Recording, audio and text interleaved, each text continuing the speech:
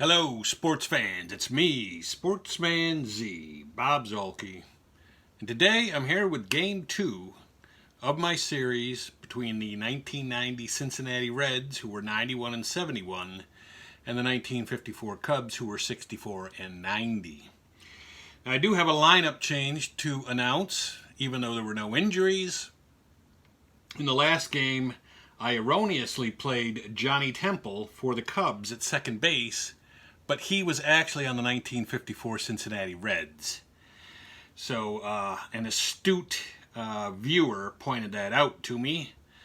The mistake happened because if any of you are familiar with the way Strat sends out their baseball sets now, you know that they send them out in sheets. All the players are in sheets, and you have to cut them down. They're perforated. You cut them down into their teams, and then you put them all in their teams. Well, what happens sometimes with some of the sets is that you will have like 2 complete pages of one team or 3 complete pages of one team, and then it'll go to a 4th page, and on the 4th page there's 1 or 2 or 3 players from the previous team, and then the rest of the sheet is the next team in alphabetical order. And so what probably happened was, when I was breaking down the sets and putting everybody in their teams, I mistakenly left Temple with the 1954 Cubs, even though he should have been with the Cincinnati Reds. So he is off the team, and his replacement is, I believe, Gene Baker. I think that's who it is. Let me... Yes, Gene Baker is the new second baseman for the Cubs. He actually did play for the 1954 Cubs, so he will be a legal replacement. And then I'm going to get both teams back to the start of their lineups. So the top of the lineup for the Cubs today will be Ernie Banks will be leading off for them, instead of Johnny Temple, who does not, as we had just said, play for the Cubs. He never did. So, with that, Cincinnati is now visiting. We're in Chicago for Game 2. The Chicago Cubs lost Game 1 5-0. They were vastly inferior to the 1990 Reds, so that wasn't really surprising. So we'll see if they can pull off a surprise and force a Game 3 here. And that will start with Mariano Duncan leading off against the... let's see, we got to put a new pitcher in. Against the new pitcher for the Reds, or no, for the new pitcher for the Cubs, and that's going to be Bob Rush. So today's matchup is going to be Bob Rush for the Cubs versus Tom Browning of the 1990 Reds. So Duncan gets a 6-9, which is a ground ball to the shortstop. The shortstop is a 1. That's Barry Larkin. That's a 5. He's out. Next batter is Billy Hatcher. He gets a 1-7, which is a ground ball to third base, and he is out. And the next batter is Hal Morris, and he gets a 5-7, which is a ground ball to the second baseman, and the second baseman is what is the second baseman for the... He is now a 3. That's Gene Baker in this game, and that's a 9 and a 3 at second. I think it's probably an out, and it is. So Hal Morris goes down, and the Reds go down. 1, 2, 3 right there. And that brings up Ernie Banks, batting against Tom Browning. And he gets a 6-5, which is a home run, 1-17. Ernie Banks leads off with a home run, and he puts the Cubs immediately ahead by the score of 1-0. And Browning has given up a hit, a home run, and an earned run on the first batter of the game. Frank Bumhulse is up, and he gets a 3-8, which is a ground ball to first base, so he's out. Hank Sauer is up. He gets a 2-6, which is a single 1 to 15. And he's going to get a single. Of course, they're not paying Hank Sauer to get singles, but they'll take it. So Ralph Keiner comes up with a man on and 1 out. He gets a 3-9, which is a fly to center, so he's out. And that brings up Gene Baker, the replacement for Johnny Temple, who was never on the Cubs. 4-5 is a fly ball to center field. So Gene Baker is out. But the Cubs do come up with a run, and they have a 1-0 lead going to the top of the second. The Reds are sending up Eric Davis, and that's a 2-7, which is a strikeout. First strikeout for Bob Rush. Hasn't allowed anybody on yet. Chris Sabo's up. He gets a 4-5. That is a ground ball to second base. He's out. 2 away. And that brings up Barry Larkin, and he gets a 1-7, and that's a fly ball to left. So Barry Larkin is out. No runs there. We go to the bottom of the second. And Bob Talbot is up at the plate. He gets a 2-4, which is a ground ball third base. Was Bob Talbot up last time? Let's see.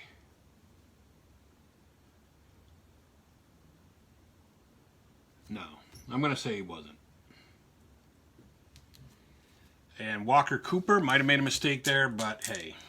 Walker Cooper is up, and he gets a 4-9, which is a fly ball to center field. 2 away.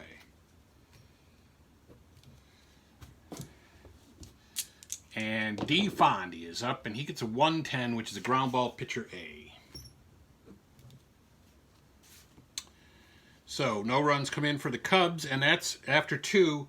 And that reminds me, I want to, somebody asked to see my score sheet. They said they could not see the score sheet, and they wanted to see what I use.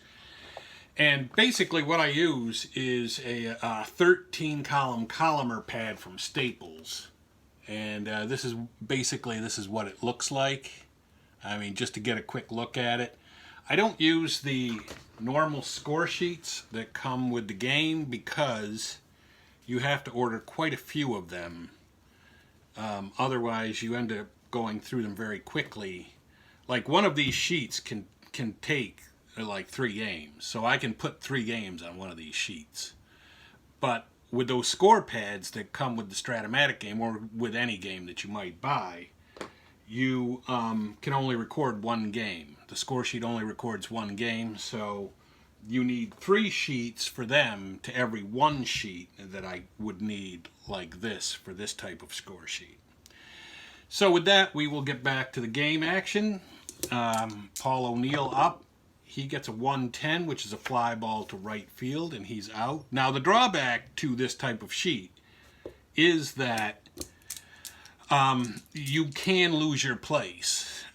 Like if the guy before had 5 at-bats and he didn't have any walks, and then the next guy after him had a couple of walks and he only has 3 at-bats, and you don't put him on the bottom of the stack for the next inning, he could bat again because it looks to you like he hasn't batted anywhere near as much as the guy in front of him. Whereas really he did, you just forgot to put him on the bottom of the stack. But if you have one of those score sheets that comes with the game, it's easier to keep where you are because you just go inning by inning, and when the inning cuts off, that's it.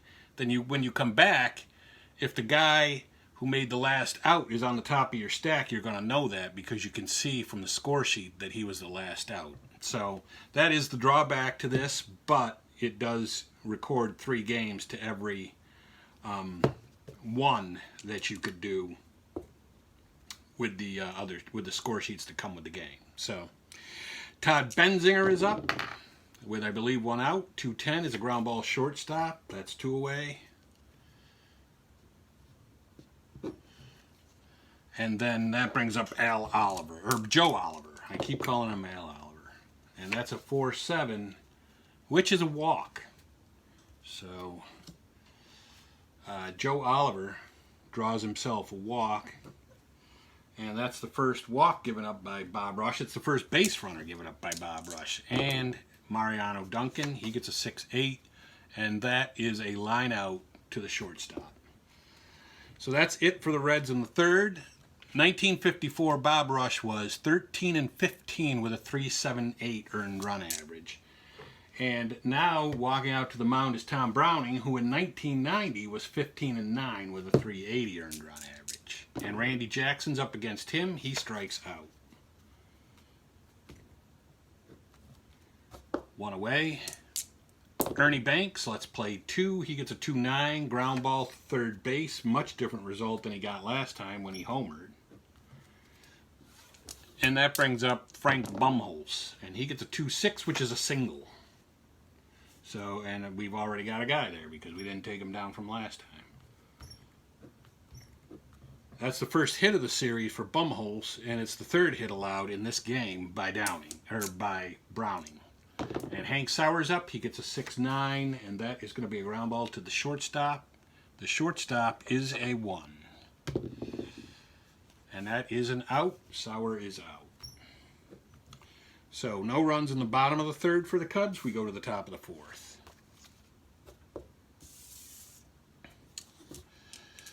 Billy Hatcher. Billy Hatcher gets a 6-5, which is a strikeout.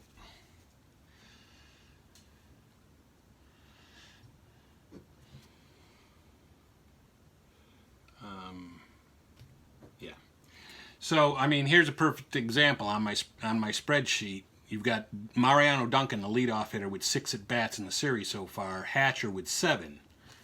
And no walks for Duncan. So, that, you know, there might have been a fielder's choice or something like that. And so you would be tricked into thinking, potentially, that Duncan maybe didn't bat enough or whatever. So, Hal Morris is up. 1-6 is a triple 1-4 or a double. And he gets a double. So that's going to be the first hit that anybody has gotten off of Bob Rush in this game. And that brings up the next batter, who is Eric Davis. And he gets a 3-3, which is a strikeout plus injury. This could be huge for the Reds. And 17, he's gone forever and a day. So Eric Davis strikes out. Bob Rush gets the K. And that is the second out. And we'll just keep on going, and then we'll get his replacement after. Chris Sabo is up, and he gets a 3-10, which is a strikeout. So Bob Rush, 4th strikeout, only 1 hit allowed. The Reds get no runs there.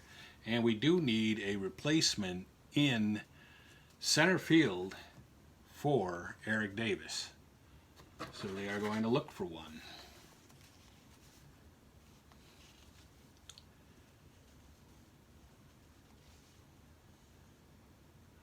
And they will, for right now, maybe. For right now, they're going to go with Herm Winningham. And he is a center field 2 and a stealing B.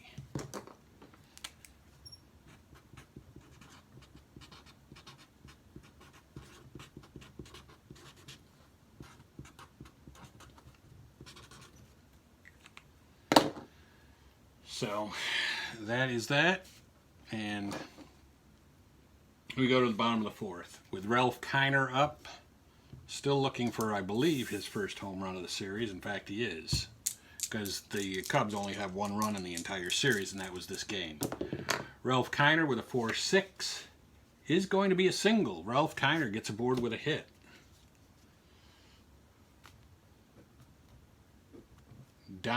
Browning, I keep calling him Downing, allows the hit. Gene Baker's up, and he gets a 2-4, which is a ground ball, third base B. So he will be the new guy at first, forcing Keiner at second. 1 down, and Bob Talbot up, and he gets a 4-7. And that is a single. Bob Talbot ripping a hit.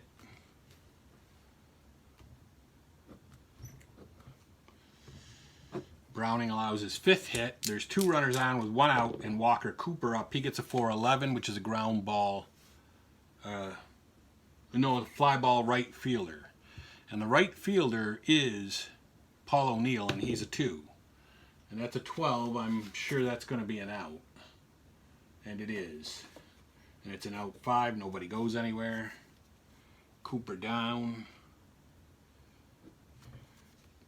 And that brings up DeFondy. And DeFondy gets a 5-5, which is a fly ball to the left fielder, and he's out.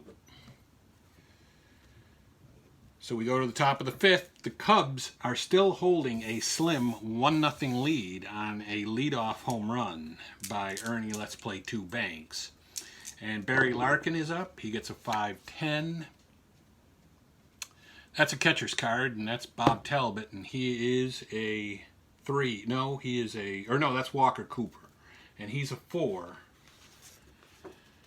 So 14 and 4 at catcher is a pass ball followed by a foul out. So there is 1 away.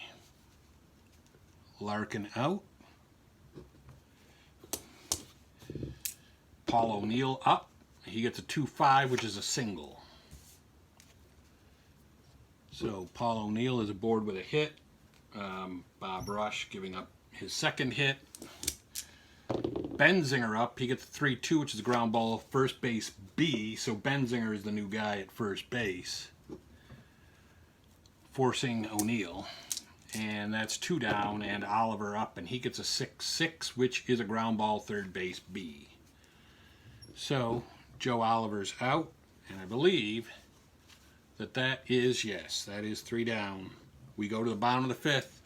The Cubs batting and having the lead by the score of 1-0. Randy Jackson up. He gets a 5-4. That is a ground ball shortstop. Larkin is a 1. That is an out. 1 away. Randy Jackson. That brings up Ernie Banks. He gets a 4-10. Ground ball to the third baseman. That's Sabo. Sabo is a 2. At third, that's an out. 2 away. So Ernie Banks down. And that brings up Frank Bumholz, and he gets a 2-6, which is a single. Bumholz is aboard. Browning with a hit, another hit allowed, and Hank Sauer up, and he gets a 3-9, which is a strikeout. That was his column, but he didn't come through. And that's only the first strikeout for Browning in the entire game. Browning that year struck out 99, but in 228 innings. So that brings up Mariano Duncan. We're at the top of the order in the top of the 6th, and that's a 3-6, which is a strikeout. Duncan is out. Bob Rush is pitching out of his mind. He struck out 5 and only allowed 3 base runners on 2 hits and a walk. Billy Hatcher gets a 4-5, and that is a ground ball, second base C, 2 away.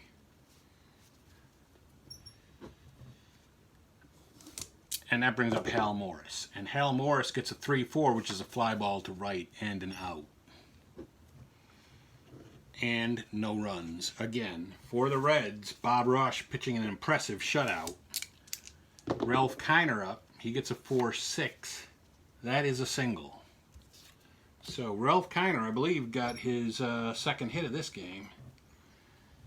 Browning with his 7th hit allowed. They are getting to Browning. I mean, but not really to the point where they put the game out of reach at all.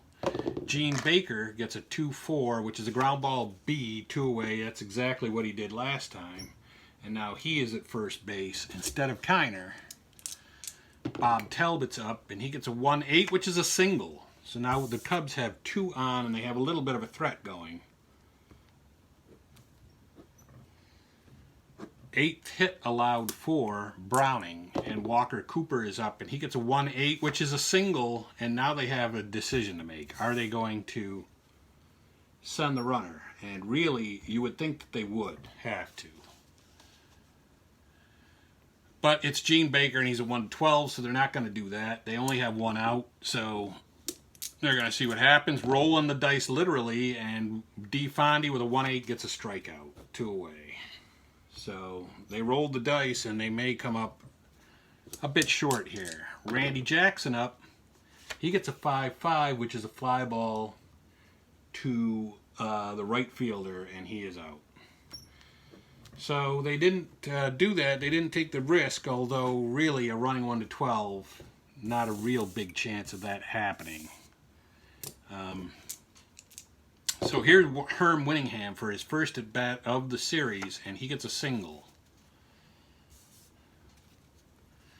He's coming on to replace Eric Davis, who has been injured for the rest of the series. And he is aboard. Chris Sabo is up. He gets a 5-7, which is a ground ball to the second baseman. He is a 3. That's Gene Baker. 20 and 3 is a roll again. And that's a 5 and a 3. 5 and a 3 is an out, double play. So Gene Baker pulls off the double play. Sabo hits into it. And that's 2 down with Barry Larkin up, and that's a 6-7, which is a fly ball to the left fielder, and Larkin is out. And now it is really late for the 1990 Reds. They're down only 1-0, but they can't get anything going against Bob Rush. And Bob Rush pitched 236 innings that year, so you got to believe he is capable of going a complete game. Ernie Banks is up. He gets a 2-4, pops out to shortstop, 1 away. Ernie Banks probably doesn't want to feel like he wants to play 2 this game, although he does have a home run, so we'll see. 4-11, it's a fly ball to right. The right fielder is O'Neill, and he's a 2. And that's a 15. That's going to be something, my friends. That is a single and an error, batter on second. O'Neill is out there kicking himself, because you know O'Neill. He doesn't take making errors and mistakes too kindly. So that's a hit. Browning giving up a hit, and O'Neill making an error.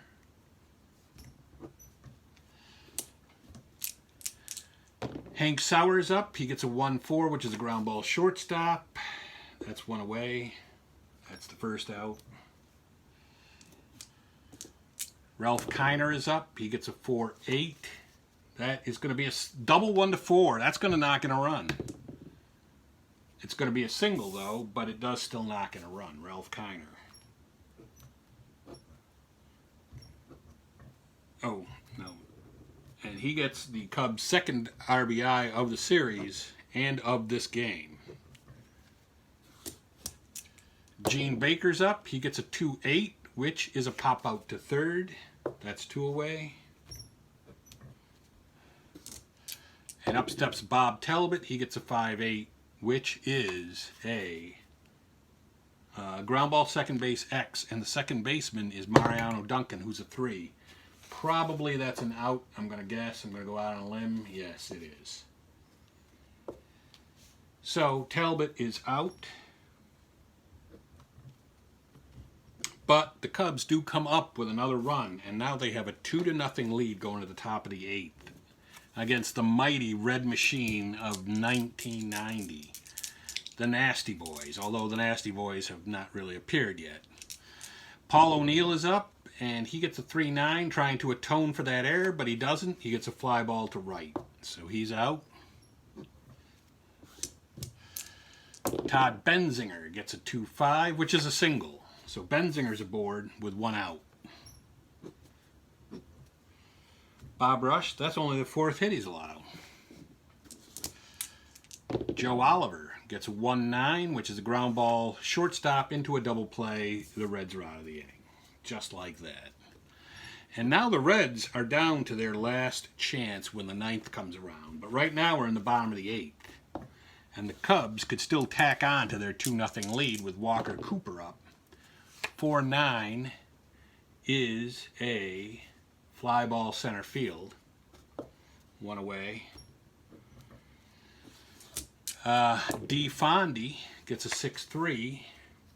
Ground ball to the pitcher. He's understood to be a 2 fielding, and that's an 18 and a 2, which is an out. 2 away. Fondy is out.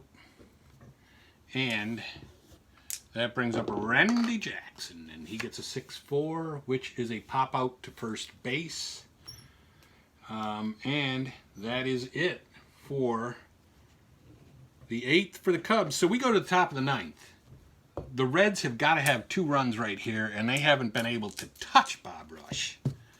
So Mariano Duncan, top of the order, though, and he strikes out. 1 away. I mean, this is where you want to be if you're the Reds in the order. That's the 6th strikeout for Rush. Billy Hatcher's up. He gets a 3-8. That's a triple 1-7 or a double. That is going to be a double. So,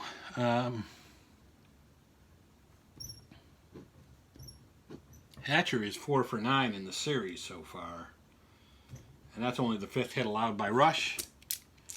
1 out, though, so Hal Morris is up. He gets a 5-6. That is a triple 1-4 or a single double asterisk.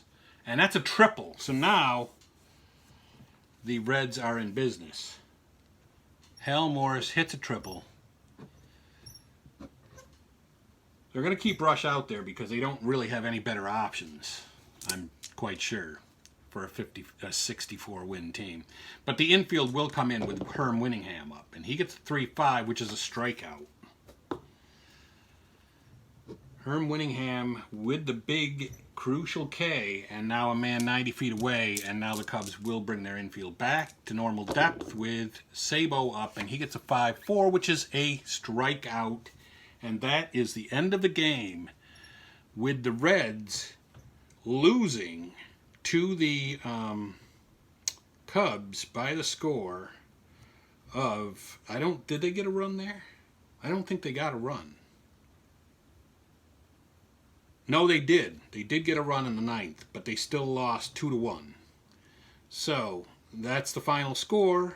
The 1990 Reds losing to the 1954 Cubs by the close score of 2-1. And so, we are going to have a Game 3. And we'll see how that goes. But for right now, that's it for me. Sportsman Z, Bob Zalke, signing off.